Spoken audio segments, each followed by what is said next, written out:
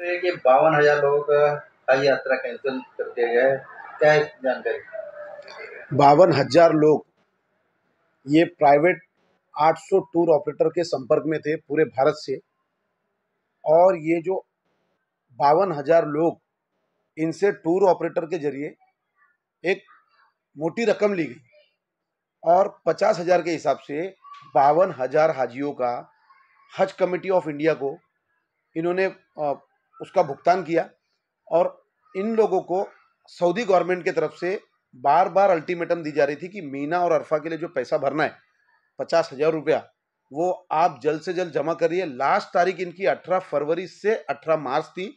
उस दरमियान ये लोगों ने पैसा भरा नहीं, जिससे भारत देश के 52,000 हाजियों का नुकसान हुआ है। लगभग कितना अमाउंट रहा होगा भरने का? 260 करोड़ के लगभग मोटी रकम भरना था, जो हज कमेटी ऑफ इंडिया ने अपने जिम्मे लिया था। और मैं आपके माध्यम से जानकारी देना चाहूँगा कि हज कमेटी के जो सेक्रेटरी है श्री सीपी बख्शी साहब, इन्हीं के अंडरटेकिंग में टूर ऑपरेटर है अल खालिद, और बेंगलोर से है मकबूल खान। ऐसे दो चार जो टूर ऑपरेटर है, ये पूरे भारत के लोगों को, भारत के टूर ऑपरेटर के ये आयोजक बने थे।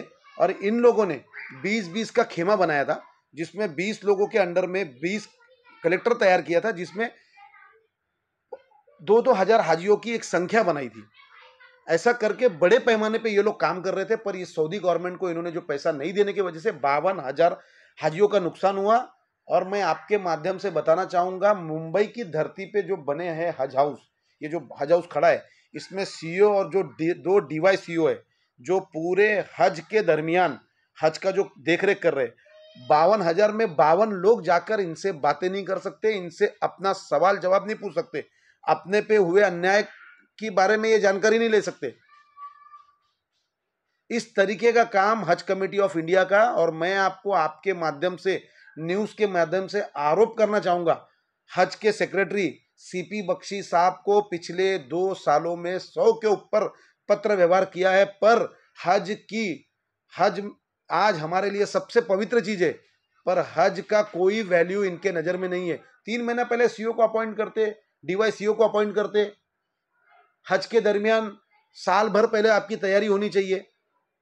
किन लोगों को सऊदी में आपने कॉन्ट्रैक्ट दिया है, बिल्डिंग सिलेक्शन कमेटी में कौन गया था, कैसी बिल्डिंग है, कैसा वहां का सब अरेंजमेंट है, आप लोगों को इसकी जानकारी दो। आप क्यों हर चीज हाइड रखते हो, छुपा के रखते हो, क्यों रखते हो? 260 करोड़ का घोटाला, 260 करोड़ का घोटाला ही बोल सकते हैं हम लोग। इन्होंने भरा नहीं पैसा, और आज ये बोल रहे हैं कि ठीक है। अच्छा, और दूसरी बात अभी मुझे एक समझ में आई कि ये जो 260 करोड़ रुपए ये नेक्स्ट ईयर एडजस्ट करेंगे, ऐसा ये टूर ऑपरेटर को बोल रहे हैं। टूर ऑपरेटर की परेशानी मैं आपको बताता हूं कि मेरे पास में एक मैसेज था टूर ऑपरेटर ग्रुप का। उनके पिताजी थे, उनका इसी के चलते देहांत हो गया, क्योंकि उन्होंने पैसा लिया था लोगों से, आम नागरिकों से पैसा लिया था हज के नाम पे, और अब वो उनको हज की सुविधा मुहैया नहीं करा पाए। कहीं ना कहीं उनको एक तकलीफ थी, दुख था उनके मन में कि मैंने आज 6 महीना पहले, और सबसे बड़ा दुख, ये तो सारी बातें अपनी जगह, 6 महीने से जो लोग जाने की मंशा जिन्होंने बनाई थी, जिन्होंने एक सपना सजाया था, हज ये एक आखिरी मकाम है मुस्लिम समाज के लिए, मेरे समाज के लिए एक आखिरी मकाम है। तो ये जो लोगों ने हज के लिए जो सब कुछ तैयारियां की थी, अच्छा अब इनकी तैयारी पे पानी फिर गया।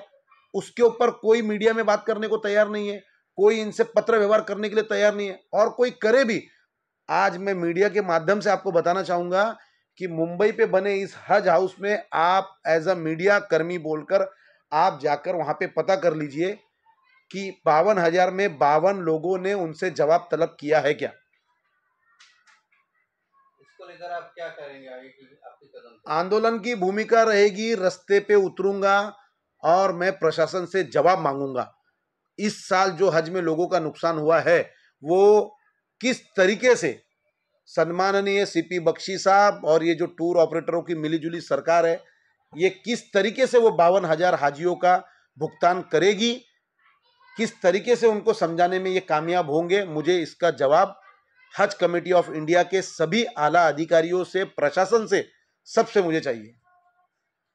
इसको लेकर आप कंप्लेन वगैरह भी कहीं करेंगे? मैंने आपको अभी बता चुका, 200 के ऊपर पत्र व्यवहार कर चुका हूं, कई मेल दे चुका हूं, पर एक आम भारतीय नागरिक किस तरीके से हज कमेटी ऑफ इंडिया की परेशानी झेल रहा है, उसका एक सीधा उदाहरण मैं भी हूं। कोई भी एक आम नागरिक से, ये जो ऑफिसर बैठे हैं, सीईओ और जो 2 डीवाई सीईओ बैठा है, वो लोग आपसे बात नहीं करेंगे।